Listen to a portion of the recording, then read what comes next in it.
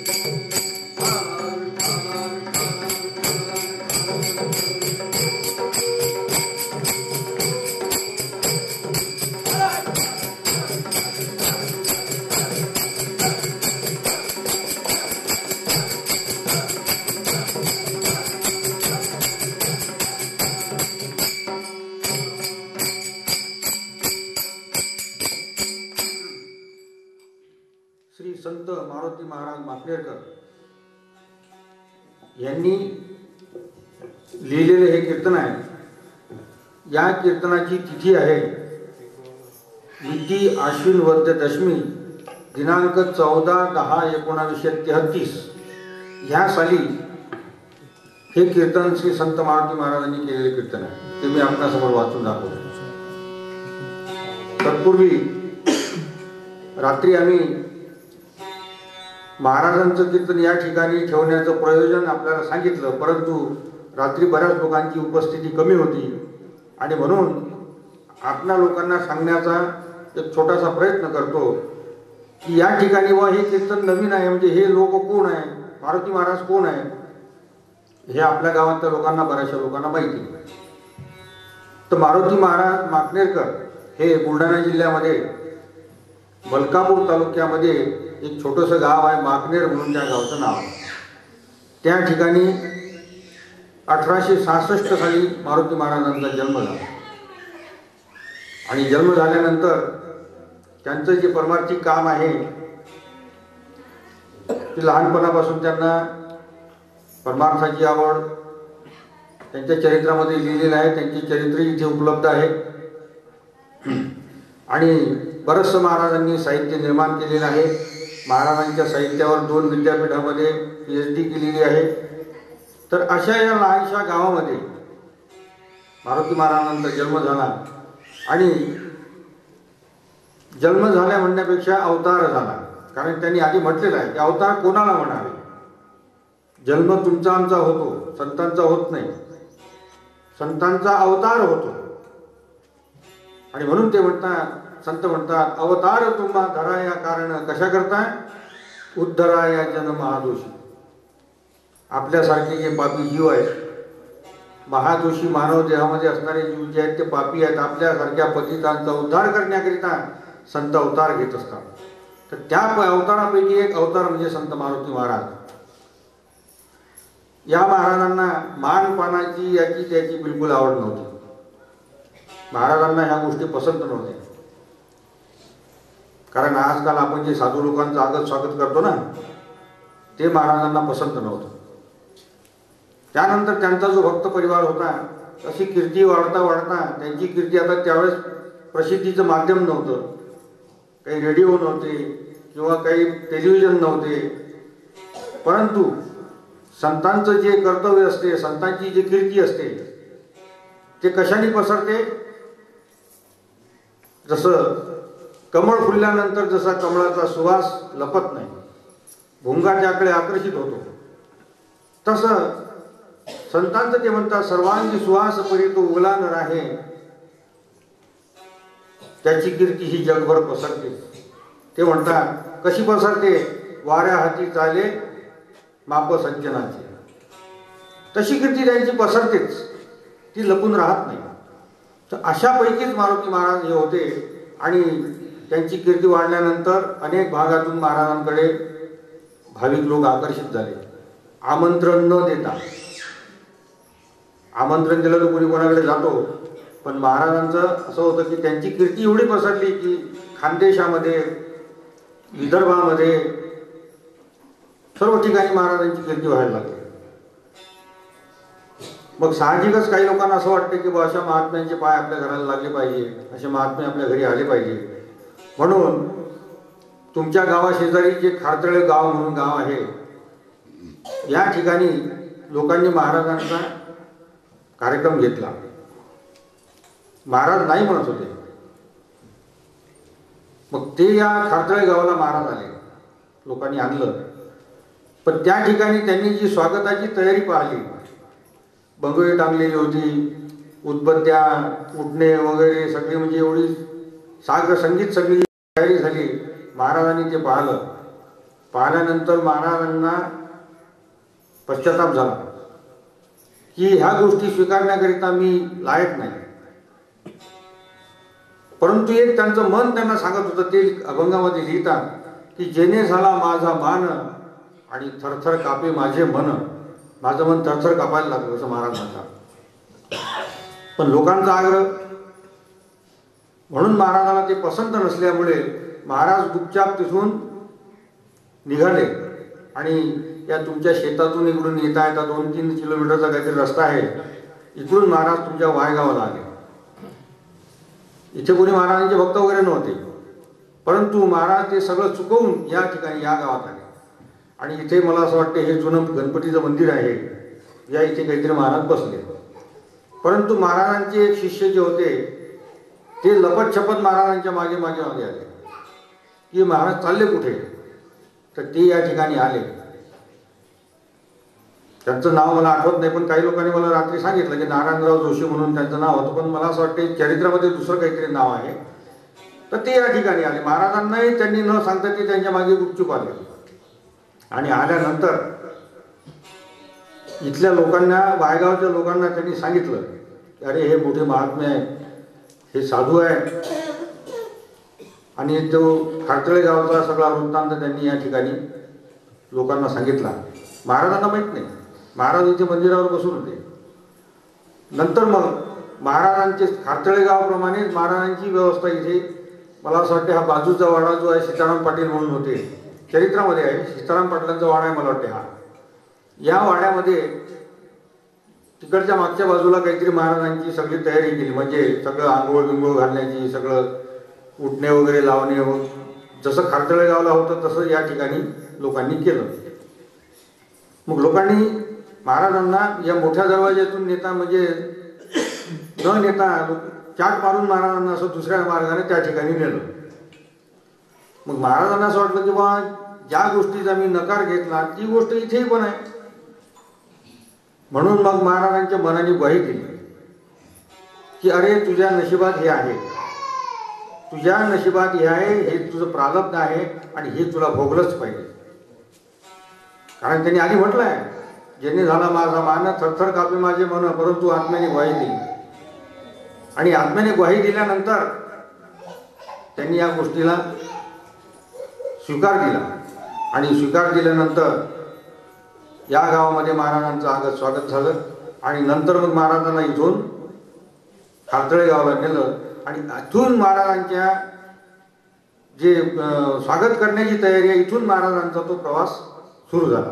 नंतर महाराजांचं वैभव पाहून मग सगळेच त्या ठिकाणी, मग महाराज अमरावतीला गेले. अमरावतीमध्ये महाराजांचे शिष्य होते निळोबा टाकळकर, हे महाराजांचे शिष्य होते. जी हनुमान व्यायामशाळा ज्यांनी आज स्थापन केली आहे, आज त्या हनुमान व्यायामशाळेचे ते आद्य संस्थापक निळकंठ व्यंकटेश टाकळकर, हे 1910 मध्ये मारुती महाराजांच्या त्या ठिकाणी ते आले. त्यांचा मोठा इतिहास आहे, तो सांगत बसलो तर आपल्याला ते वेळ पुरणार नाही. तर त्या ठिकाणी महाराजांची त्यांनी सेवा केली. आणि सेवा केल्यानंतर मग महाराजांचे कीर्तनाचे कार्यक्रम अमरावती वगैरे भागामध्ये, पूर्ण खानदेशामध्ये, पूर्ण वऱ्हाडामध्ये महाराजांचा साहित्याचा महाराजांनी प्रसार केला. आता प्रसार केला म्हणजे महाराज काही भोंदू साधू नव्हते. भोंदू साधूवर त्यांनी फार टीका केलेली आहे. त्याच्यानंतर जी आजच्या जमान्यामध्येही आजही अंधश्रद्धा लोकांच्या मनामध्ये आहे, ती अंधश्रद्धा निवारण्याचं काम महाराजांनी केलेलं आहे. त्याही पलीकडे जाऊन महाराजांनी अस्पृश्यता निवारण्याचंही काम महाराजांनी केलेलं आहे. त्यांच्या कीर्तनामध्ये लिहिलेलं आहे. त्यांचं साहित्य वाचा. महाराजांचे 528 कीर्तन आमच्याजवळ लिखित स्वरूपात आहे. हे कीर्तन त्यांच्या भाविक लोकांनी लिहून ठेवले. आणि लिहून ठेवल्यानंतर महाराजांचं मत काय आहे हे जगासमोर मांडण्याचा प्रयत्न केला. परंतु दुर्दैवाने हे जे साहित्य आहे, हे साहित्य महाराज गेल्यानंतर हे दुर्लक्षित राहिलं. आणि दुर्लक्षित राहिल्यानंतर या साहित्याचा 50 वर्षामध्ये प्रचार झाला नाही. त्यानंतर संस्थांचा एक ट्रस्ट आहे, त्या ट्रस्टच्या माध्यमातून आम्ही ते साहित्य लोकांसमोर आणण्याचा प्रयत्न केला.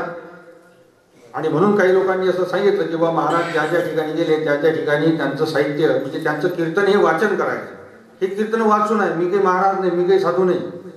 मी मारुती महाराजांचं जे साहित्य आहे, जे कीर्तन आहे, ते मी तुम्हाला वाचून दाखवतो. म्हणजे त्या जमान्यात त्यांनी काय लिहिलं, त्यांचे विचार काय होते, हे तुम्हाला लोकांना समजावं. जड जीवाचा उद्धार होण्याकरिता जे त्यांनी लिहून ठेवलं ते तुम्हाला एका कीर्तनामधून त्याचा बोध होणार नाही.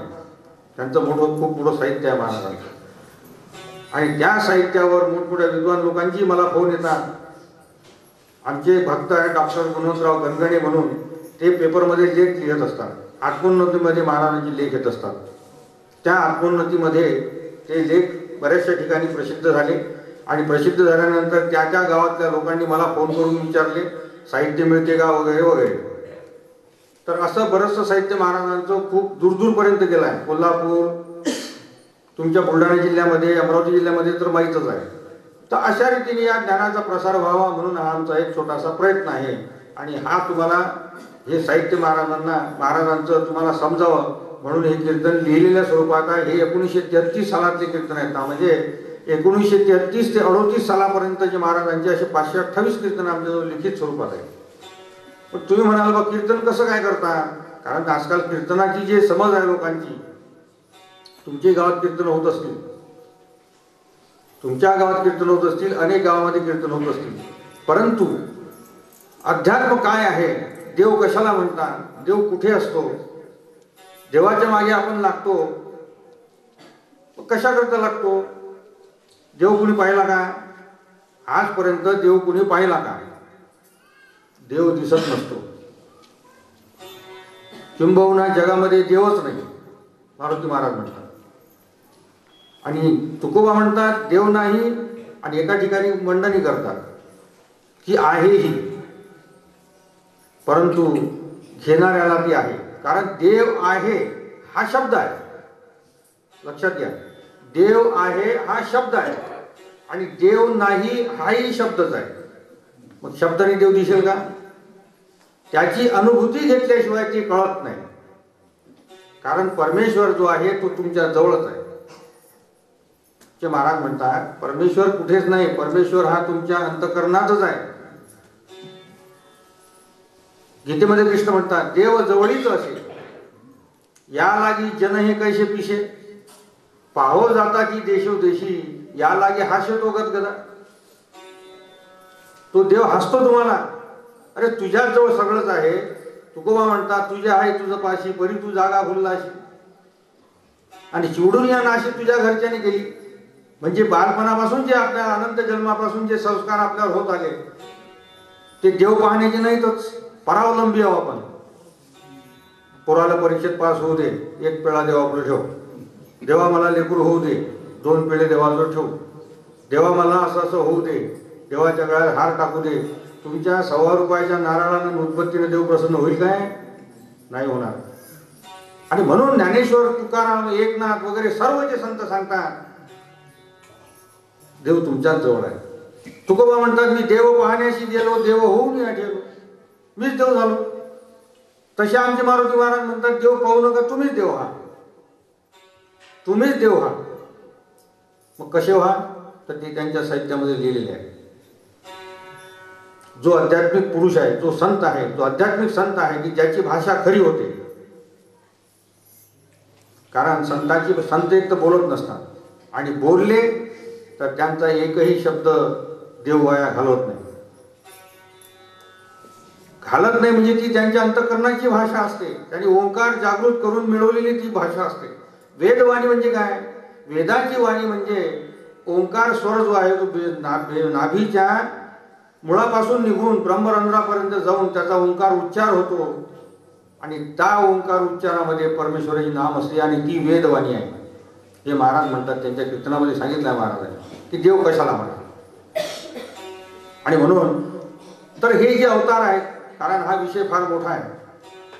अध्यात्माचा विषय हा तुम्हाला कळण्याकरता, आपल्या जीवाला कळण्याकरिता फार मोठी, परंतु हे त्यांनी सोपं करून ठेवलं आपल्याकरता. मी जे आता सांगितलं तुम्हाला हे माझं मत नाही, हे मारुती महाराजांचं मत आहे. आणि म्हणून त्या काळी असा महाराजांचा साहित्याचा, महाराज कीर्तन करत असताना अनेक लोकांनी महाराजांचा द्वेष केला.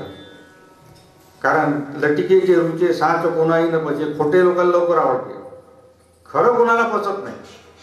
आपल्याही व्यवहारात आपण पाहतो की आपण खरं बोलतो, लोक म्हणतात काय राजो काही सांगता तुम्ही, म्हणजे आपल्याला लोक म्हणतात की ते खोटं आहे. आणि म्हणून याकरता त्यांनी रात्री गाव तुमच्या गावात कीर्तन झालं, त्याच्यामध्ये त्यांनी सांगितलं की धर्माचे पालन करू पाखंड खंडन.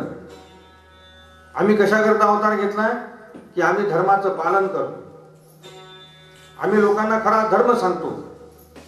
आणि म्हणून आम्ही संतांनी हेच काम केलं. धर्माचे पालन करू पाखंड खंडन, हे आमचं काम. वाढावया भक्तिभाव धर्म ही सुद्धा ते सांगतात. आम्ही काय करतो तर भक्तिभाव धर्म वाढवण्याकरिता, कारण याच्याचं जे भक्तीचं जे बीज आहे ते या नामात आहे. संतांच्या नामामध्ये भक्तीचं बीज आहे आणि भक्तीच्या बीजामुळे माणसाचा हा संसार वृक्ष जो आहे, हा संसार वृक्ष फलतो फुलतो. त्यासाठी संतांची आवश्यकता आहे. परंतु आता प्रश्न असा आहे, असे संत आता मिळत नाही. कारण बहु अवघड आहे संत भेटी. संत मिळू शकत नाही. संतही कुठं बाजारात मिळत नाही, संतपणा कुठंच मिळत नाही. संत अनेक आहेत, आपल्याला संतावर टीका करायची नाही. जे भोंदू साधू वगैरे जे असतात, हे यांच्यावर महाराजांनी टीका केलेली आहे. फाटके कपडे घालून, चिंध्या नेसून, गळ्यात माळा घालून, जटा भस्म वाढून साधू होत नसतो. त्याला संतपण म्हणत नाही. संतपण हे जगावं लागतं. संतपणा हा जगावा लागतो, दाखवावा लागत नाही. आणि म्हणून याकरिता महाराजांनी त्यांच्या साहित्यामध्ये तेच सांगितलं. तुकोबांचा अभंग त्यांनी घेतलेला आहे की बाबा जे भगवंताचे नाम आहे ते लोक कल्याणाकरिता आहे. नामामध्येच देव आहे. नामा वाचून साधन नाही या कलियुगात, आणि व्यर्थ श्रम होती पाहता अनेक मत. अनेक लोकांची मते पाहू नका. ईश्वरी धर्माबद्दल, ईश्वरी धर्म जर सत्य करायचा आहे तर तो साधूच्या मुखातून निघालेली जी वाणी आहे तीच सत्य आहे. याच्या पलीकडे परमेश्वर नाही. संत हेच परमेश्वर आहे. पण तुम्ही म्हणता की बाबा तुम्हीच देव आहे. देव तत्व जे आहे, जगामध्ये देव नाही. देव हे एक तत्व आहे. जसं वारा आहे, दिसतो का? वारा आहे पण दिसतो का? दिसत नाही. तसं हे देव तत्व आहे, ते तुमच्यात आहे परंतु ते दिसत नाही. म्हणजे ते आपला बद्ध आत्मा आहे. आपला जो आत्मा आहे तो बद्ध आहे. आणि संतांचा जो आत्मा आहे तो चेतलेला आत्मा असतो. जसं एखादा लहानसा दिवा असतो, एका दिव्यावर दुसरी पंक्ती लागते, तिसरी पंक्ती लागते, म्हणजे एका दिव्यावर हजारो दिवे लागतात. तसं संतांचा जो आत्मा आहे हा लोकांच्या कल्याणाकरिता असतो. जे जे जीव त्याच्यावर येऊन पडले त्या संतावर त्यांचा मार्ग मोकळा झाला, मोक्षाचा मार्ग मोकळा झाला. तुम्ही आम्ही जन्ममरणाच्या फेऱ्यातच आहे. कृष्ण गीतेमध्ये म्हणतात, पुनरपि जननम पुनरपि मरणम जठरे शयनम. ह्या सगळ्या गोष्टी जन्मापासून चालूच आहे. प्रत्येक योनीमध्ये मनुष्य येऊन पाप भोगतो, पुण्य भोगतो. रात्रीच्या कीर्तनामध्ये त्यांनी पाप पुण्याची व्याख्या सांगितली. पाप कुठे असते, पाप म्हणजे काय आहे, पुण्य काय आहे, ते शरीरातच असते. आपण म्हणजे शरीरानेच करतो ना. पापही आपण शरीरानेच करतो, पुण्य आपण शरीरानेच करतो. मग ते म्हणतात, डॉक्टर लोक चिरफाळ करतात त्यावेळेस पाप पुण्य दिसते काय? डॉक्टर लोक जेव्हा या देहाची चिरफाळ करतात तेव्हा पाप पुण्य दिसते काय? मग पापाचा मुद्दा आहे कुठे, पुण्याचा मुद्दा आहे कुठे? तर मनुष्याला जो केलेल्या कर्माचा आठव आहे, मग ते कर्म चांगलं असो की जे कर्म वाईट असो, याचा आठव राहणे म्हणजेच पाप, याचा आठव राहणे म्हणजेच पुण्य. हे महाराजांनी त्या पुण्याची पाप पुण्याची व्याख्या केलेली आहे. लोक भीती घालतात, पाप असं करू नको म्हणजे पाप होईल, संक होईल. तुकोबा म्हणतात हे काही नाही. तुका म्हणे सत्य कर्मा व्हावे साय, घातलिया भय नरका जाणे. ही भीती घातलेली आहे. फक्त सत्य कर्माला सहाय्य करा.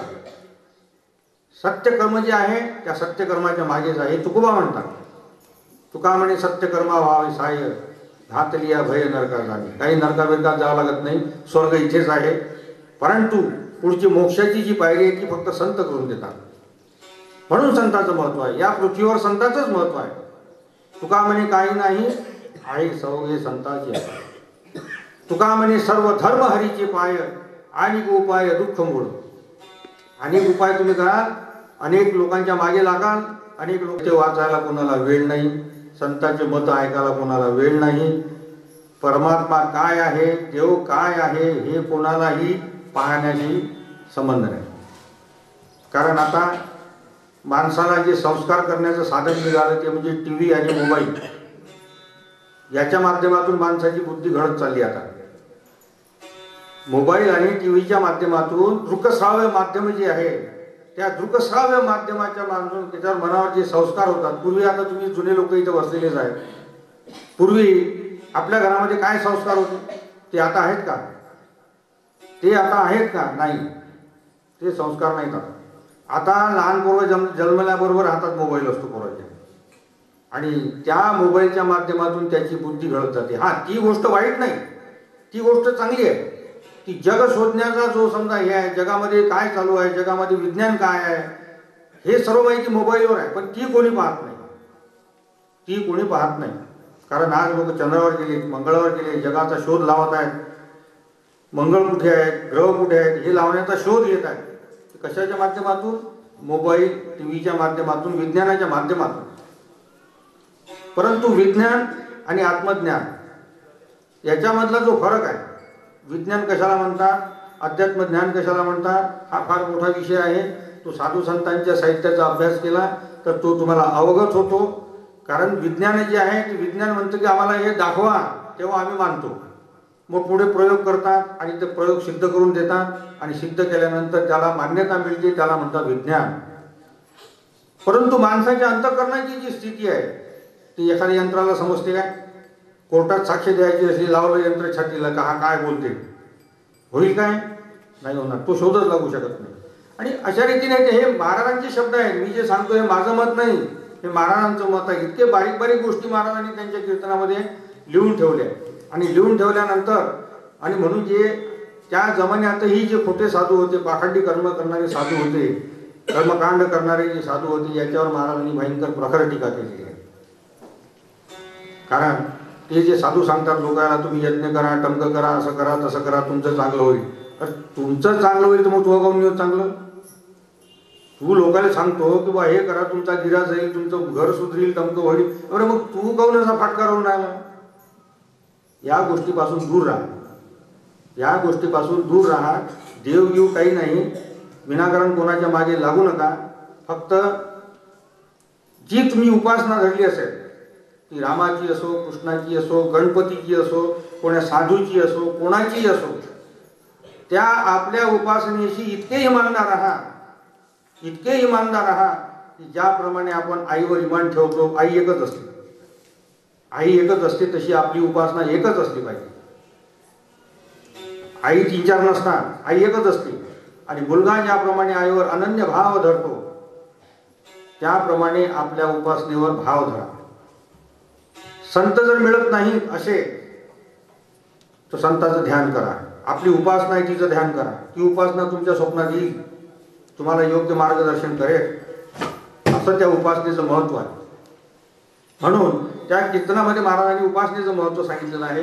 आणि तुकोबाला कसं ब्रह्म प्राप्त झालं हे सुद्धा त्यांनी त्यांच्या अभंगामध्ये सांगितलेलं आहे. कालच्या अभंगामध्ये तोच विषय होता. आज जो विषय महाराजांनी घेतला त्या विषयामध्ये महाराज म्हणतात की भक्ती ज्याची थोडी, पूर्ण विषयाची गोडी. जो मनुष्य देवाची, हरीची, आपल्या उपासनेची भक्ती थोडीशी करतो, परंतु विषयामध्ये जास्त मन घालतो, आणि त्या विषयापायी मनुष्य हाल भोगतो. मनुष्याची अवनती कशाने होते? विषयानेच होते. आणि विषय हा असा आहे की विषय म्हणजे या विषयापासूनच रामकृष्ण झाले. रामकृष्ण मोठमोठे योद्धे, ऋषी, मुनी झाले ते विषयापासूनच झाले. कारण विषयानंदे ब्रह्मानंद हा, म्हणजे एवढं विषयाचं महत्व आहे. परंतु नरदेहाची हानी जी आहे ती विषयाने होते. महाराज म्हणतात की त्या उपासनेची भक्ती थोडीशी करतो आणि विषयाची पूर्ण गोडी धरतो, आणि विषयापायी हाल सोसतो, आणि त्या विषयाच्या हालापायी माणसाची शेती जाते, शरीराची हानी होते, रोग लागतात, अनेक ठिकाणी संकटे सोसावे लागतात. कशामुळे? विषयाचे जास्त आचरण केल्यामुळे. विषय भोगू नका अशातला भाग नाही. भोगावे ना त्यागावे, मध्यभागी विभागावे. विषय भोगा, टाकूही नका. संसार टाकू नका. कोणतेही संसार, संतांनी म्हटलं आहे संसार टाकू नका, तो भोगावाच लागतो. परंतु मग कसा करावा हे सुद्धा त्यांनी त्यांच्या कीर्तनामध्ये महाराजांनी सांगितले. तर ते तुकोबा म्हणतात आजच्या अभंगामध्ये, तो नरची नव्हे पाही, खरं जाणावा तो देही. असा जो मनुष्य आहे, जो भजन पूजन करत नाही, जो धर्माला मानत नाही, जो संताला मानत नाही, असा मनुष्य हा नर नाही, तो गाढव आहे. खरं जाणावा तो देही. खरं म्हणजे गाढव. हे तुकोबा म्हणतात, मी नाही म्हणत, तुकोबा म्हणतात खरं जाणावा तो देही. आणि म्हणून त्याला काय नाही भजन पूजन नेणे काय स्वरूपाशी जाणे. ज्याला भजन पूजन हे आवडत नाही, संत कर्म आवडत नाही, संतांचा मार्ग आवडत नाही, सत्संग आवडत नाही, तो स्वतःच्या स्वरूपाला काय ओळखेल? ओळखूच शकत नाही. तो स्वतःच्या स्वरूपाला नाही ओळखू शकत. स्वतःच्या स्वरूपाला ओळखणे हाच परमार्थ आहे. तुम्ही कोण आहात? तुम्ही कोण आहात? तुम्ही कशा करता इथे आले? केवळ संसार करण्याकरता का हो? खाल्ले पिल्ले, संसार केला, 2-4 लेकरं झाले, शेती कमावली आणि गावाच्या चौघाच्या खांद्यावर गेले. असा संसार सर्वच करतात. परंतु या नरद्यामध्ये स्वतःच्या स्वस्वरूपाची ओळख जी आहे ती संत करून देतात. तुमचा आत्मा तुम्हाला ग्वाही देतो. म्हणून याकरता जी आपली उपासना आहे तिचे ध्यान करा, सतत नामस्मरण करा आणि त्या आत्म्याला विचारा की मला असा संत केव्हा मिळेल. त्याचं सोपं गणित आहे. ज्या उपासनेची तुम्ही भक्ती करता, ज्या उपासनेला तुम्ही मानता, त्या उपासनेचे रूप तुमचा आत्मा घेतो. त्या उपासनेचे रूप तुमचा आत्मा घेतो आणि तो तुम्हाला स्वप्नामध्ये येऊन दर्शन देतो. तोच परमेश्वर, तुमचा आत्माच परमेश्वर, तोच परमेश्वर. दुसरा परमेश्वर जगात नाही. तुम्ही स्वप्न पाहता, स्वप्न पाहिल्यानंतर स्वप्न कुठे दिसते? डोळे तर लागलेले असतात. स्वप्न कुठे दिसते? स्वप्न अंतःकरणात दिसते. आणि अंतःकरणात दिसूनही ज्या प्रकाशामध्ये ते चित्र दिसते तो प्रकाश म्हणजेच आत्मा. त्या प्रकाशामध्ये तुमची उपासना तो दाखवतो. देव कोणती उपासना करा असं काही नाही. लोकांनी अनेक दगडावरी भाव धरले, जिवंत पुरुषावर धरले, त्याच्यावरही धरले, पण जेव्हा ती उपासना प्रसन्न झाली तेव्हा ती दर्शन देतेच. हे याचं सोपं गणित संतांनी उलगडून दाखवलं. आणि म्हणून याकरिता ते म्हणतात की खरं जाणावा तू देही भजन पूजन नेणे काय स्वरूपाशी जाणे. आणि पुढे म्हणतात तुका म्हणे त्याला भोवंडोनी बाहेर घाला, त्याला गचंड्या मारून बाहेर घाला. कुठं त्याला गचंड्या मारून कुठं घालवता? ते म्हणतात त्याला या वैष्णवातून बाहेर घालवा. हा तो वचन आहे, भगवंताचं नामस्मरण आहे. आणि ते एकाग्र चित्तानं ऐकलं पाहिजे. त्या कीर्तनाचा तरच उद्देश आहे, तरच तुमच्या श्रवणाची भक्ती होईल. कारण कीर्तन श्रवण करणे ही परमेश्वराचीच भक्ती आहे. नवविधा भक्तीपैकी ती एक भक्ती आहे. नवविधा भक्तीमध्ये 9 प्रकारच्या भक्ती सांगितल्या. त्याच्यामध्ये कीर्तन श्रवण करणे, परमेश्वराचे नाम गायन करणे, श्रवण करणे, परमेश्वराची कर्म करणे, त्यांचे पाय सेवन करणे, हे 9 प्रकार भक्तीची सांगितले. त्यापैकी श्रवण भक्ती ही आहे. तिथे परमेश्वराचं नाम तुम्ही एकाग्र चित्ताने नाही. ज्ञानेश्वर म्हणतात अवधान दीजिए. श्रवणा शब्द नाही, अवधान दीजिए. अवधान दीजिए म्हणजे 10 इंद्रिय एकत्र करून मन बुद्धीच्या ठिकाणी लावून ते श्रवण करा. पण अहंकारापायी ते माणसाच्या आतमध्ये जात नाही. एवढे 1.5 तास 2 तास कीर्तन झालं, पण की नळी फुंकली सोनारे इकडून तिकडे गेले वारे. तुमच्या गावातल्या लोकांनी कीर्तन केले असतील, घेतलं का कोण त्यातलं काही? 10 लोक भागवतात असतात, 10 लोक मोठमोठ्या कार्यक्रमात असतात. कोणी सुधारतात काय? गावात या भागवतात गेले तर आमच्या गावातले 10-12 लोक भाग सुधारले हो आहे का कुठं? नाही. कारण जो सांगणारा जो असतो त्याचं तपच झालेलं नसते. तो पोथी वाचून सांगतो. जसा मी तुम्हाला आता सांगून राहिलो, मी महाराजांचं ज्ञान तुम्हाला सांगून राहिलो, तसा तो पोथी वाचून तुम्हाला सांगतो. कृष्णानं असं केलं, त्यांना तसं केलं, डमक्यानं असं केलं. हे सगळं गीतेतलं ज्ञान आहे. त्याच्याजवळचं काय? तो लोकांना सांगतो तुका म्हणे. अरे तू काय म्हणतो ते सांग. तुका म्हणे तर आम्हाला माहित आहे, पण तू काय म्हणतो हे सांग ना. सांगू शकत नाही. कारण अनुभवाशिवाय कोणत्याही संत इथं बोलत नसतात. म्हणून ते जे संतांचं जे वचन आहे, ते संतांचं वचन हे मारुती महाराजांनी तुम्हाला आज सांगितलेलं की ते मी तुम्हाला महाराजांचं गीतेमध्ये काय आहे, वेदामध्ये काय आहे. गीतेमध्ये सर्वात सांगितलेलं आहे की नीच सेवा जो करेल तो उंच धर्म आहे. पण नीच सेवा तर आमच्या होतं. ती लोक म्हणतात कोण पत्रा उचलून द्यायचे, पत्राही उचलत नाहीत लोक. अर्जुनानं पत्रा उचलले कृष्णाने. राजसूय यज्ञामध्ये सर्वात कर्म जर कोणतं घेतलं असेल कृष्णाने, पत्रावळा उचलण्याचं. पत्रावळीचे मोठमोठे ढीग लागले. आता गावात पंगत झाली तर आलोच मी. भाऊ आलोच मी, पंक्ती लिहून थांबत नाही, 2 घास खाल्ले की चालले, अशी परिस्थिती आहे. आणि म्हणून तुकोबा म्हणतात हा जो धर्म सत्य करायचा असेल तर त्याची झाडी न अंगण मी निसेवा करीन. जे जाती हरीच्या कीर्तना त्याच्या वाहीनं मी मोजे वाहन. त्याच्या चपला मी उचलेल जो परमार्थ करतो. तर या हलक्या गोष्टीनेच परमार्थ घडतो. कारण हा जो देह आहे महाराज म्हणतात हा खोटा आहे, हा मरणार आहे, हा जाणार आहे. परंतु याच देहाने संत सेवा करून परमार्थ मिळवता येतो. तुकोबा, ज्ञानेश्वर, नाथ यांची देह त्यांनी या भक्तीमध्येच घासले. ते खोटे जरी आहे तरी ते तो खोटा परमार्थ खरा करून दाखवावा लागतो. तो करणारा माध्यम म्हणजे देह. आपल्याजवळ समजा एखाद्यानं सोनं आणून ठेवलं, सोनं ठेवलं, सोन्याचा ढीग ठेवला, त्याची किंमत काढता येईल काय? अंदाजे सांगेल कोणी की बाबा 10 लाख होईल, 5 लाख होईल. परंतु त्या पारड्यामध्ये जेव्हा आपण वजन करतो खऱ्या सोन्याचं, तर इकडच्या भागात खोटं वजन असते, ते लोखंडाचं असते. 1 शेर, 2 शेर, 3 शेर काय येशील ते कसं असते, ते लोखंडाचं असते. पण ते लोखंडाचं वजन या खऱ्याची किंमत करते, सोन्याची किंमत करते. म्हणजे किंमत कोणाला आली? वजन म्हणजे खोट्याला. तसा हा नरदेह खोटा आहे. परंतु या नरदेहामध्येच परमेश्वर मिळतो हे महाराजांचं आमचं सांगणं आहे. म्हणून याकरिता हा नरदेह सत्कर्मात घासा. घासा म्हणजे काय? तिथे काय म्हणजे पारीस लावून काय त्या देहाला घासावं लागते काय? संतांची कर्मे करा, संतांचं मनन करा, संतांचं ध्यान करा. ध्यान करण्यालाही मेहनतच पाहिजे. कारण एका जागेवर बसून ध्यान करणे ही मेहनतच आहे. ती शरीराला मेहनत होते.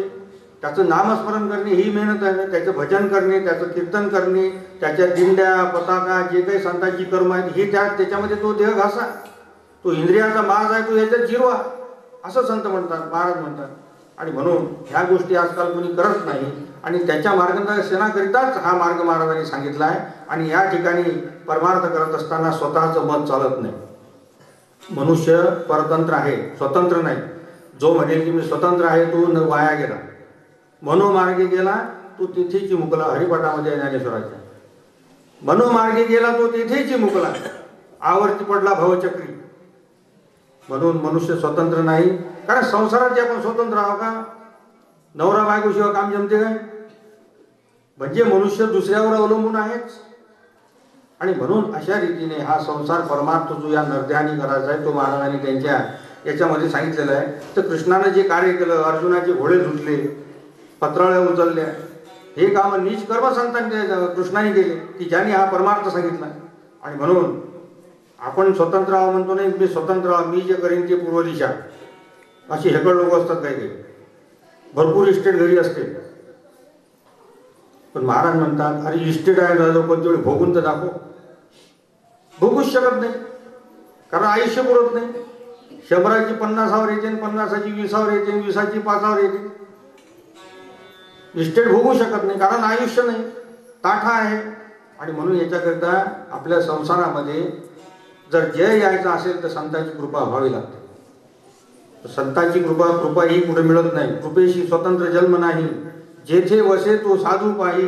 कृपा वसे संतांच्या देही, कृपा ही संतांच्या देही आहे. कृपा जगामध्ये कुठेही बाजारात मिळत नाही. आणि म्हणून अशा रीतीने आजचे हे महाराजांचं जे कीर्तन आहे, हा जो भक्तिपंथ आहे सोपा हे महाराज सांगतात. तर त्यांनी जे लिहून ठेवलं त्यांचं मत मी तुम्हाला सांगतो. आणि म्हणून आजचं त्यांचं जे कीर्तन आहे मी तुम्हाला वाचून दाखवतो. आणि ते वाचून म्हणजे शब्द एकदाच येतो आणि एकदाच शब्द आल्यामुळे काय होतं की ते गोष्ट लवकर लक्षात येत नाही. आणि म्हणून एकाग्र चित्ताने हे कीर्तन ऐका. विठ्ठला विठ्ठला विठ्ठला.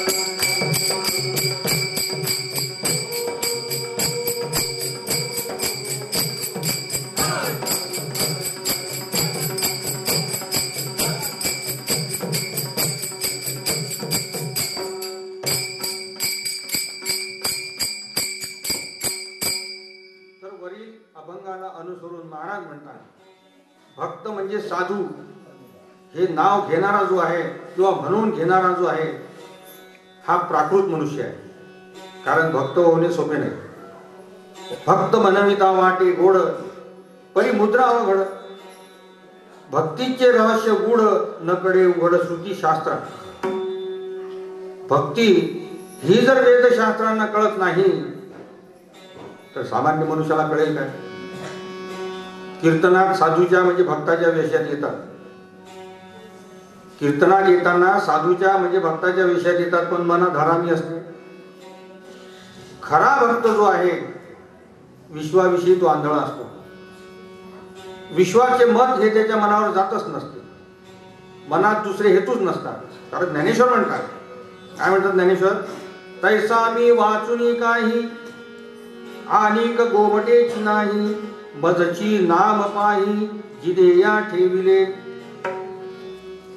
जो ईश्वरी भक्त असेल, एका ईश्वरा वाचून त्या भक्ताच्या मनात दुसरा विषयच नसतो. त्याला दुसरा विषय गोडच वाटत नाही आणि त्याची त्याला आठवणी नसते.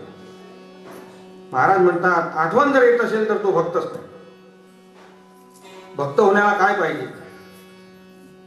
भक्त होण्याला स्वतःच्या प्रपंचाचा सुद्धा आठव नको, तर दुसऱ्याचे मत कसे घेता येईल? या विश्वाविषयी मानसिक दशा जी आहे ती त्याला एवढी निश्चय ठेवावी लागते, आंधळी ठेवावी लागते, तेवढीच स्वतःच्या प्रपंचाविषयी असावी लागते. ज्याला ईश्वरी भक्ती करायची आहे त्याला काहीच प्रमाण नसते. म्हणून तुकोबा म्हणतात, तन धन तृणजन नाही आणिक प्रमाण. देह जग हे मोहरी प्रमाणे नाही आणि त्या देहाला तो मोहही प्रमाण नाही. फक्त मनावर ईश्वराचा विशेष पाहिजे. कोणाची निंदा, कोणाची स्तुती, कोणाचा द्वेषही करू नये. दुसऱ्याच्या विषयी काहीच मत नसावे. कारण होते ते होते, जाते ते जाते, असे ते समजा. आणि म्हणून संत पुढे म्हणतात, विषयाविखी वैराग्याची निकी पुरवणी मानसी की जीती आती. तर भक्ताच्या मनावर काय असले पाहिजे? त्याच्या मनावर पूर्ण वैराग्य पाहिजे. अशी त्यांची इंद्रिय जिवंत असतात आणि मानसिक शक्ती ही त्याची इतकी निकी असावी की सर्व विषय प्रमाण नसतात, त्याला कोणतेही मत प्रमाण नसते. तो फक्त या कामाला म्हणजे भक्त होण्याला इमानदार असतो. तसा त्या ईश्वर नामाला तो स्मरण करतो. श्रीराम श्रीराम.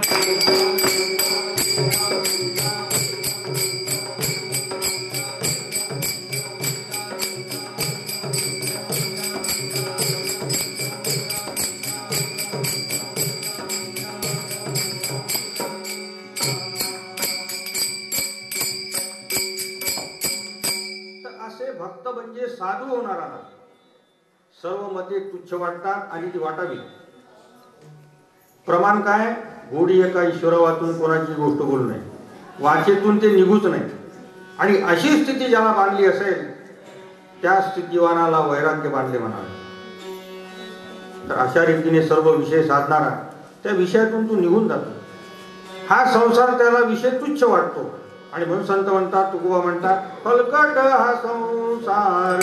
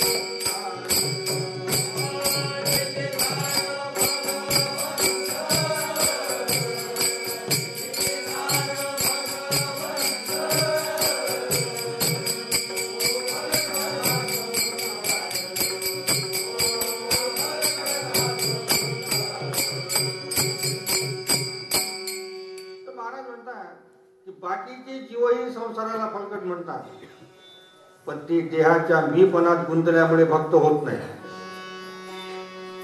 तुकोबाजवळ राहून, ज्ञानोबा नाथ यांच्यासारख्या साधूजवळ राहूनही मनावर वैराग्याची दशा येत नसल्यास तो भक्त होत नाही. आणि त्याला भाग्यही म्हणू नये. महाराज म्हणतात की तू संसार सोडला की संसार करतो हे दाखवतो. जर तू सोडला असेल तर मग हरीबद्दलचे ज्ञान दाखव.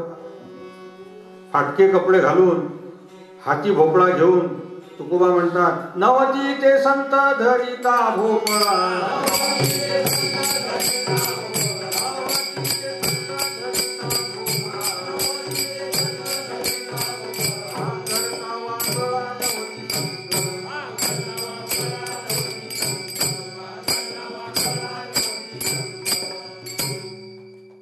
अशाने संत होता येत नाही. शरीरावर गरिबी धरल्याने, लंगोटी घातल्याने किंवा शरीरावर कपडाही न घातल्याने भक्त होतो काय? तसे मग काही काळी फाशे पारती ही राहतात, यांना भक्त म्हणता काय? त्यांनाही घरदार नसते, तेही कपड्या लागतात, दरिद्री असतात, ते लोकांचा जीवही घेतात म्हणून ते पापीच राहतात. तेव्हा कपड्यापायी किंवा गरिबी पायी भक्त होतो इथे काय? हे कीर्तन ऐकून असे मत तुम्ही बनवता काय? किंवा कीर्तन ऐकून पापी आहात काय?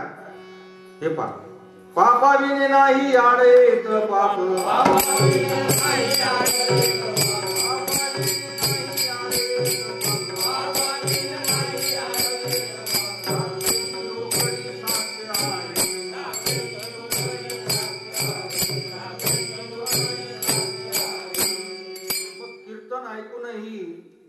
हे पाप करणेच होत आहे ना. कारण कीर्तनाला येऊन त्याच्यात मन लावत नाही. म्हणजेच काय? म्हणजे प्रपंच त्यागत नाही. कीर्तनात तरी प्रपंच त्यागा. इतके संसारावर रुसून परमार्थ करावा लागतो की तशी दशा आणावी लागते. आणि म्हणून तुकोबा म्हणतात, काय म्हणतात? म्हणून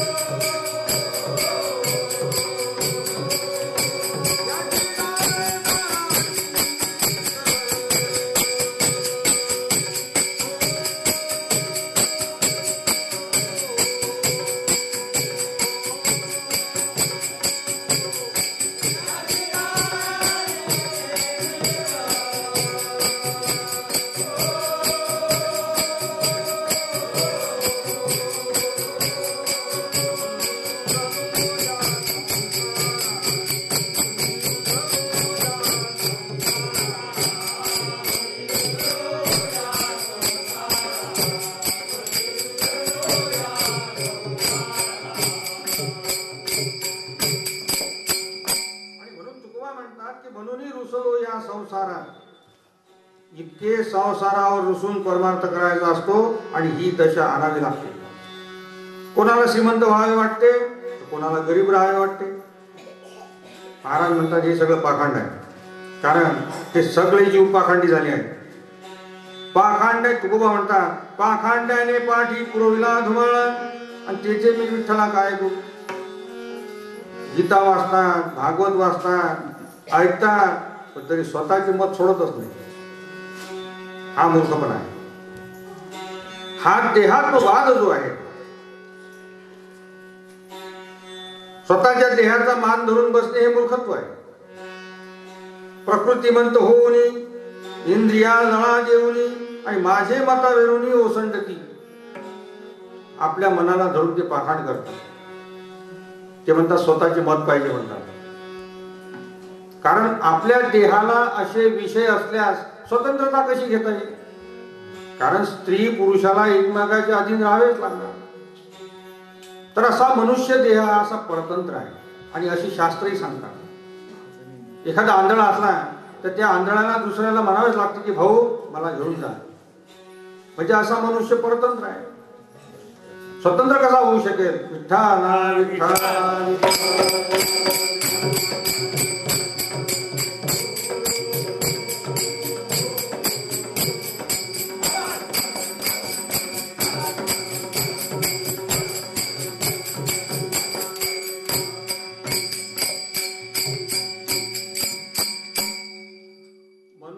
हा स्वतंत्र होऊ शकत नाही. आणि महाराज म्हणतात की या कलियुगामध्ये असे होणारच, हे असे राहणारच. कारण कीर्तन हे परमेश्वरी वर्णन आहे आणि जो श्रोता आहे त्या श्रोत्याने जगातील कोणत्याही विचाराचा स्वीकार करू नये. ज्याला भक्त व्हायचं आहे त्यांनी फक्त मनाला ईश्वरी विषयाचा नाद लावावा. भक्ती मार्गामध्ये आई बाप पती वगैरे आप्तांचे बोल ऐकू नये. कारण नाही अनेक प्रमाण तन धन तृण जन. तसंच पुढे तुकोबा काय म्हणतात? कोणतेही जनमत हे प्रमाण नसावे. नाठवावा जन नाठवावा मान.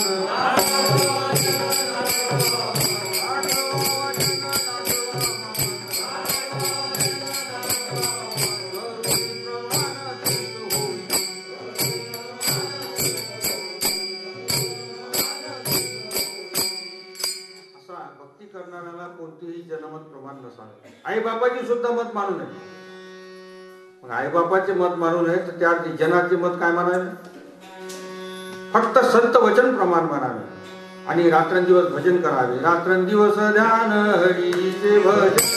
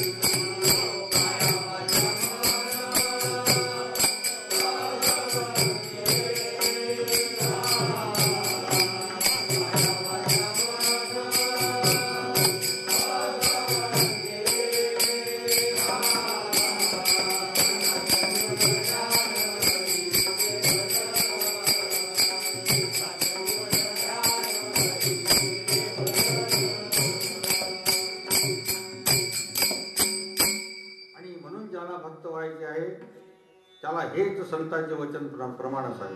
कारण ज्याला तुम्ही ईश्वर मानला मग त्याचे सर्व प्रकारचे दास्यत्व करू नये काय? त्याचे स्वतःचे मत काढू नये. कारण देव स्वतः म्हणतो, काय म्हणतो? अर्जुनाचा रथ फेरी सत्यभामा दान करी आणि सेवकाच्या शिरी धरुणी चाले पादुका. हा दास्यत्वाचा नियम आहे. कृष्णाने अर्जुनाचे घोडे धुतले, रथ हाकलला, नारदाच्या पादुका वाहिल्या आणि पुढे काय? मीराबाई संगे प्याला घे विषाचा.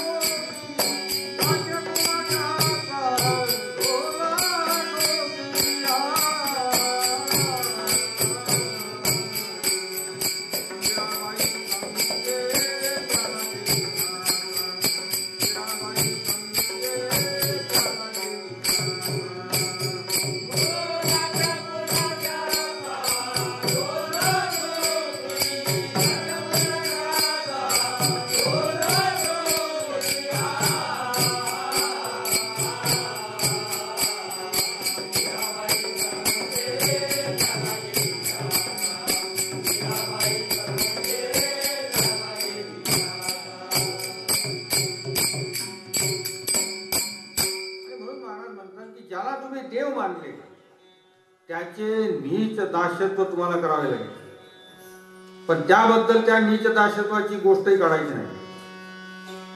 म्हणजे की त्याबद्दल आपले काही मत नसावे.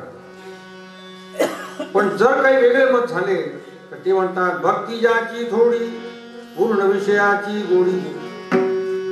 सर्व प्रकारचे असेच होते. कारण स्वतःचे मत जर काही झाले तर तो देहाचा विषय होतो ना. आणि म्हणून याकरिता तुकोबा म्हणतात तुका म्हणे थोरपण, तुका म्हणे थोरपण अंतरकी घाली अभिमान. असा स्वतःचा अभिमान सोडा. आणि महाराज म्हणतात हा सर्वांना उपदेश आहे. स्वतःचे मत धरणाऱ्याला देह अभिमान होतोच. आणि म्हणून हा स्वतःच्या मताचा अभिमान जाण्याकरिता संतापायी नम्र व्हावे लागते. कारण या ठिकाणी ते म्हणतात सर्व जाणीव सोडा आणि काय करा, करी मस्तक ठेंगणा.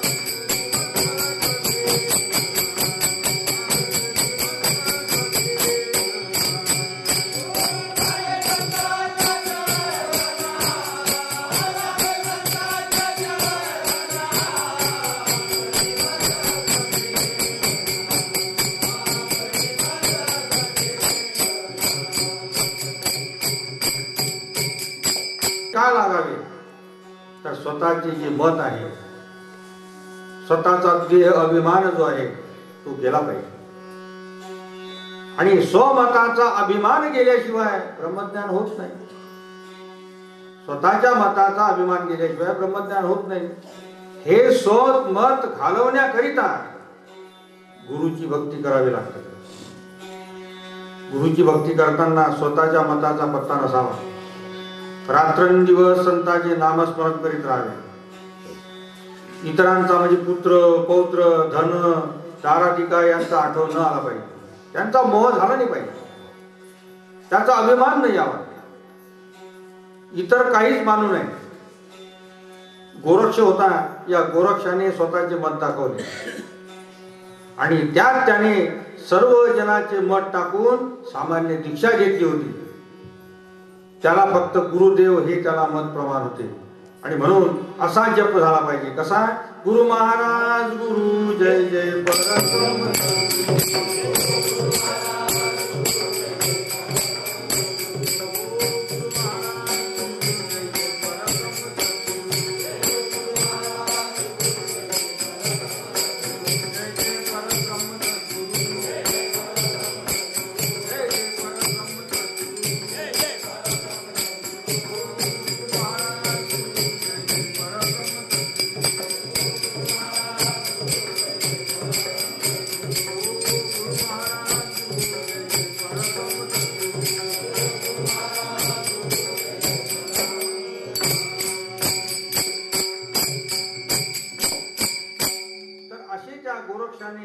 सृष्टीचे मत सोडून ही गुरुस्मरण भक्ती केली होती. पण तरी अहंकार आला होता. तरी त्याला अहंकार आला होता. म्हणून त्याचे मत होते की मच्छिंद्रनाथ त्याप्रमाणे स्त्री राज्यात पडले, एवढा त्यांना अभिमान झाला. पण त्या गुरुने जेव्हा ती शक्ती दाखवली तेव्हा तुकोबा काय म्हणतात, त्यांनी काय केले, टाकून अहंकार पावटन.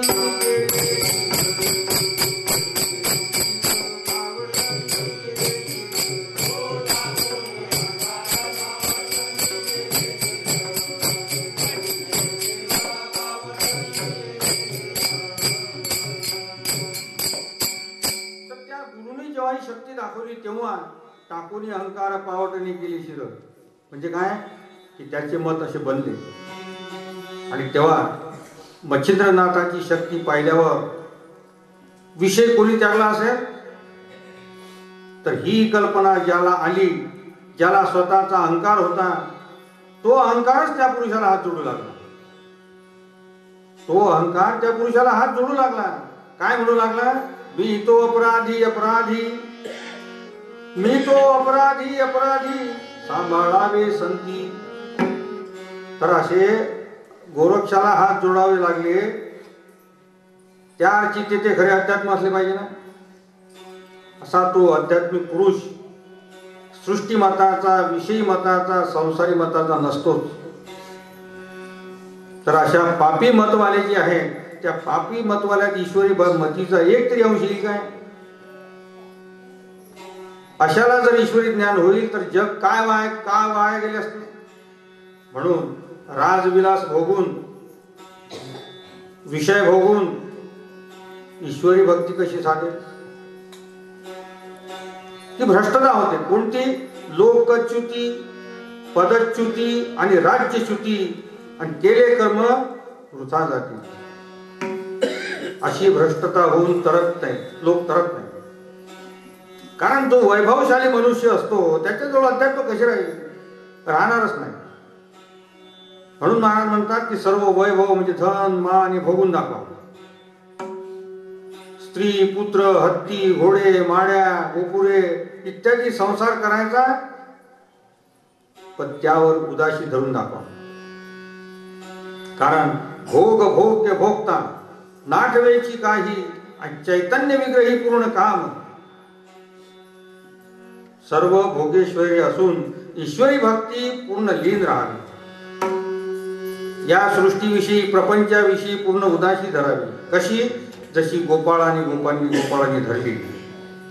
गोपाळ व गोपी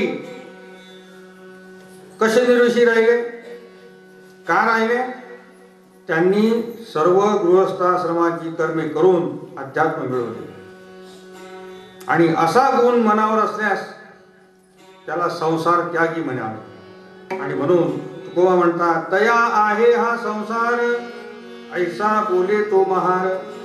मग अभिमानी कोण, अभिमानी कोण, संन्यासी कोण, लोभी कोण, याचा निवाडा तुमच्या मनात या गुणावरून होतो.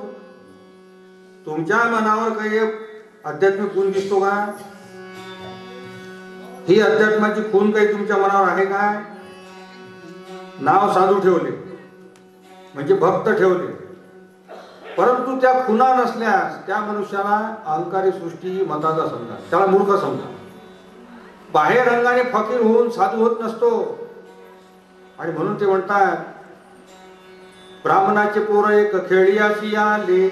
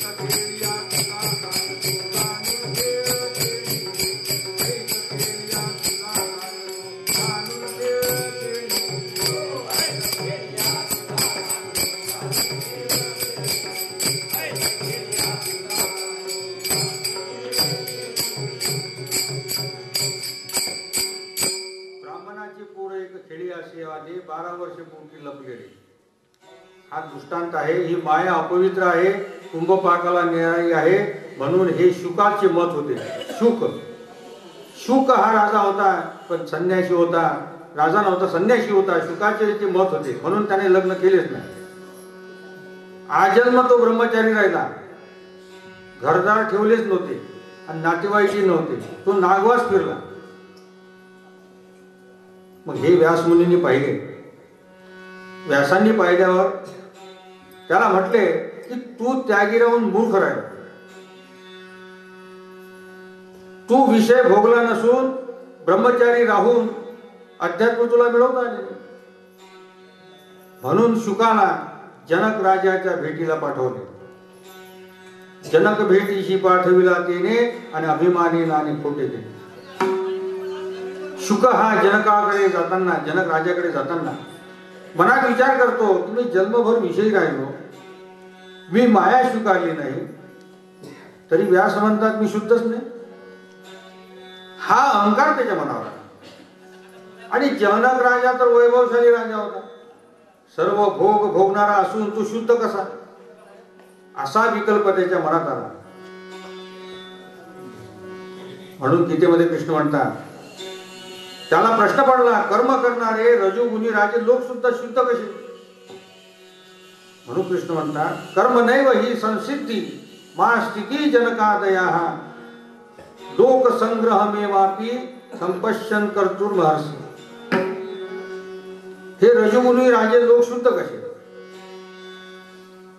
हा त्याच्या मनावर विकल्प होऊन स्वतःचा अभिमान जागृत होत असे. जनक राजाचे वैभव काय वर्णावे, तो राजा होता, तेथील मायेचा थाट काय वर्णावा. आणि अशा ठिकाणी शुक गेले. राजद्वारावर गेल्यावर द्वारपालाने आत वर्दी पोचवली की महाराज शुक आले आहेत, आपल्या दर्शनाची इच्छा आहे. तर जनक राजाने काय म्हटले, तो माझ्या दर्शनास पात्र नाही. आणि असा संदेश शुकांना कळवला गेला. हे वर्णन आहे कुठे, व्यासे गायली पुराणी तुका म्हणे वेदवाणी. तर असा अभिमान ज्या देहात राहिला आहे, तर तुकोबा काय म्हणतात, तो नरची नव्हे पाही खर जाणावा तो देही. पहा, शुक इतका जन्माचा फकीर असून त्याला अपवित्र म्हटले, तर तेव्हा त्याचे कोणते पाप राहिले असेल. शुकाला तळमळ लागली की माझे कोणते पाप राहिले. आणि त्या तळमळीमध्ये 7 दिवसापर्यंत शुकाने त्या राजाच्या द्वारीच तप केले. आणि तेव्हा मग शुक विधेयी झाले. ते शुक हे नावही विसरले. त्यांनी कसे भजन केले म्हणून तुकोबा म्हणतात, नाठवुनी देह पायाचे चिंतन.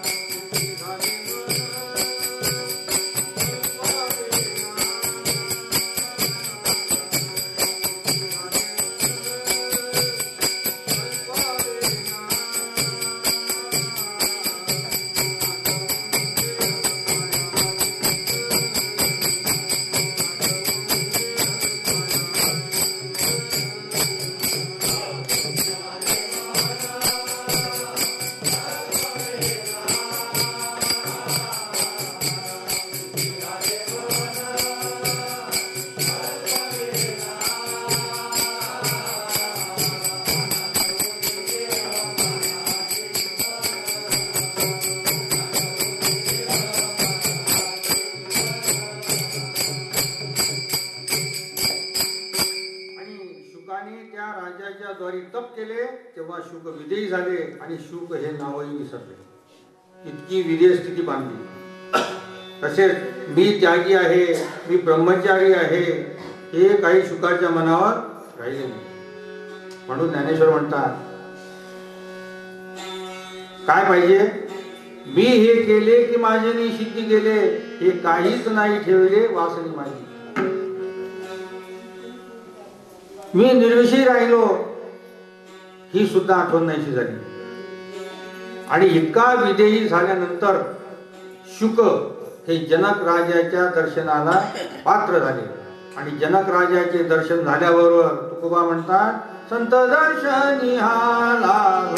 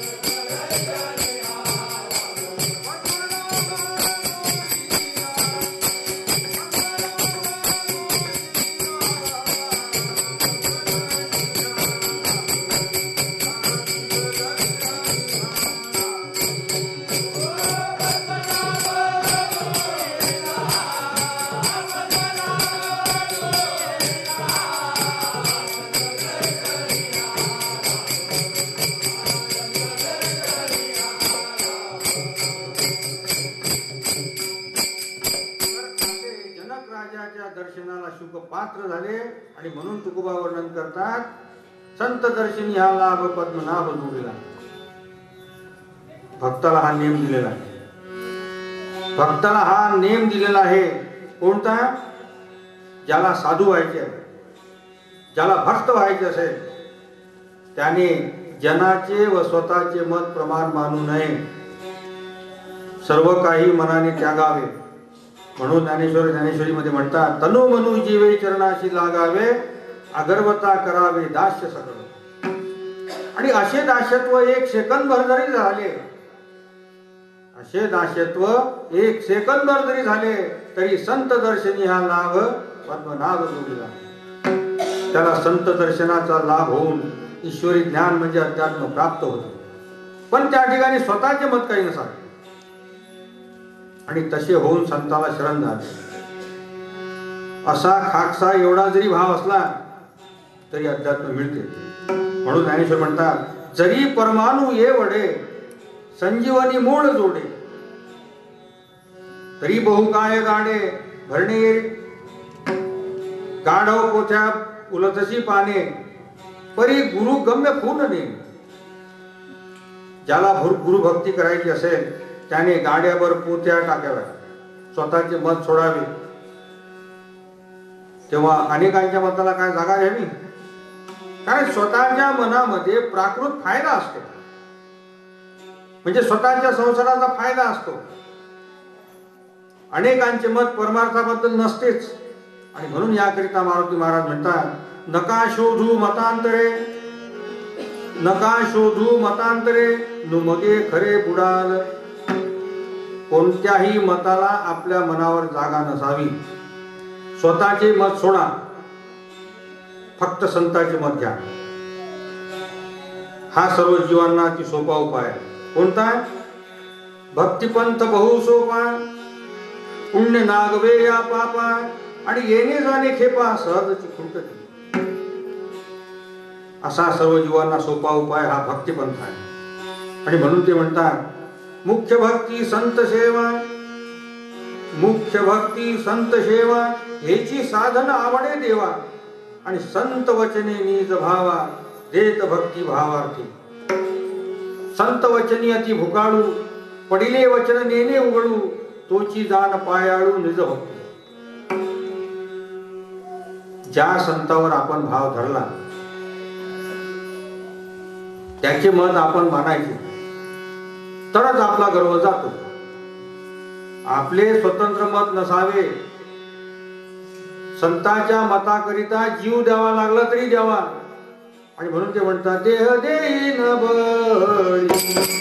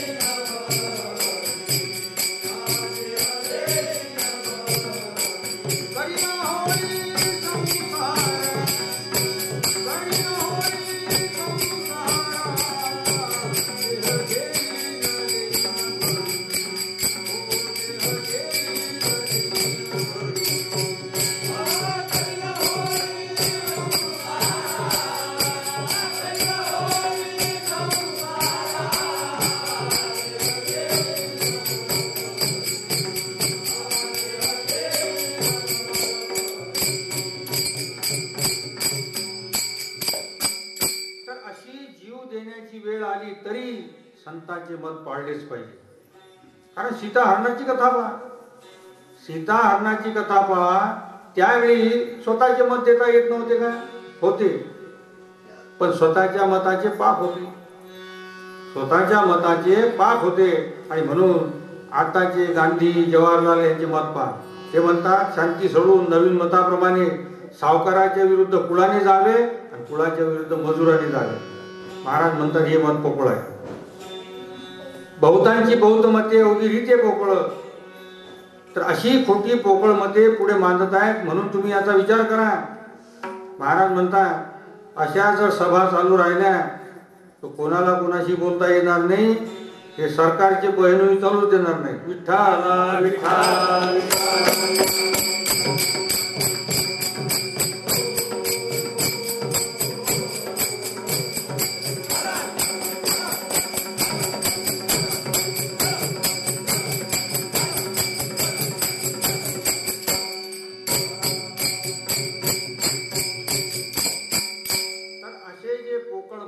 आहेत यांना भक्ती लागलीच नाही.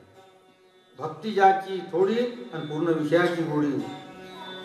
कीर्तनाला जाऊन भजन करून माळा घालूनही मते सुधारली नाही. विवेकांती काय ठरते तर हे ठरते खोटे मोठे का होईना पण तुम्ही ईश्वरी मतच धरा. हे महाराज साधेही बोलू नका. फक्त आपले संसारिक कर्म करा, आपले संसारिक कर्म करा आणि त्या कर्मात ज्ञानबा तुकाराम हा गजर करत जा. हीच भक्ती होय. त्या संसारात ज्ञानबा तुकाराम गजर करीत जा, हीच भक्ती होय. स्वतःचे मत सोडून संतावर भाव धरल्यास अध्यात्म मिळेल.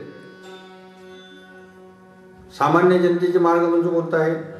सामान्य जनतेचा मार्ग की स्वतःचा संसार करणे. पण महाराज म्हणतात ते करा,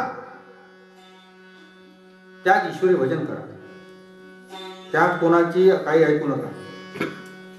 नाहीतर आता हे क्रांतिकारक जे आहे असे जर वागले तर तुम्ही गोंधळात पडाल, पकडल्या जाल. म्हणून भक्ती करणे असल्यास कोणाची काही ऐकू नये आणि ज्ञानबा तुकाराम यात्रा हे कशा करताय? तुमच्या बचावा करताय. नामस्मरणाने सेवा झाल्यास करा, पण नाही तर घरी तरी बसा.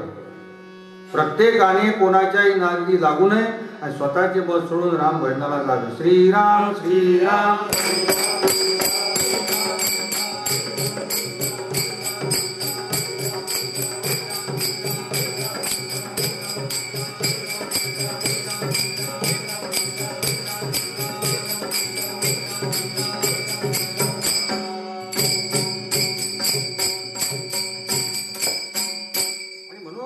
संसारात कोणाच्याही नादी लागू नका. स्वतःचे मत सोडून राम भजनाला लागा. अन्य मताप्रमाणे करणे हे पाप आहे. कारण भक्ती याची थोडी पूर्ण विषयाची गोडी. स्वतःचे मत सोडून संतावर भाव धरणारा हा किती विरळ. भाव किती धरावा लागतो तर भावाने अध्यात्म मिळावे. पण महाराज म्हणतात आता जनामध्ये अशी मतांतरे होतच राहतील तर यापुढे कीर्तने सुटतील. म्हणून सर्व सोडून निदान श्रीराम श्रीराम तरी म्हणत घरी बसा. ज्याला भक्ती लागलीच नाही, ज्याचे अज्ञान गेलेच नाही, त्याला असे मतांतराचे वारे लागल्यावर त्याचा आत्मा चेतणार कसा? संत म्हणतात मतांतरे व सोमत सोडा आणि संतांचे मत प्रमाण माना. वेदातील शास्त्रातील गाथ्यातील यांचे मत प्रमाण माना. आपणास पापी मानून हित समजून सर्व तऱ्हेचे अपमान सहन करून संतावर भाव धरा आणि मनावर तुकाराम तुकाराम हा गजर मनावर ठेवा. संतावर असा भाव धरून स्वतःचे मत सोडून देणाऱ्यांना अध्यात्म मिळते. संतावर भाव धरून स्वतःचे मत सोडून देणाऱ्यांना अध्यात्म मिळेल. आणि गोरख तुकोबा यांनी संतावर भाव धरला. तुकोबा ज्ञानोबा यांचे मनन होऊन लागल्यावर ते मत तुमचे श्रवण करणे खरे मत आहे. मत म्हणजे काय? मत म्हणजे मनाची स्थिती. त्या ठिकाणी स्वतःच्या मायेचा अहंकारही सुटावा आणि मी जीव आहे, मी शिव आहे, माझी जात ही आहे वगैरे अहंकार नसावा. तर तुकोबा म्हणतात, महाराज म्हणतात, तर मी मेलो असे म्हणा आणि फक्त संतांचे मत प्रमाण माना, एवढेच करा.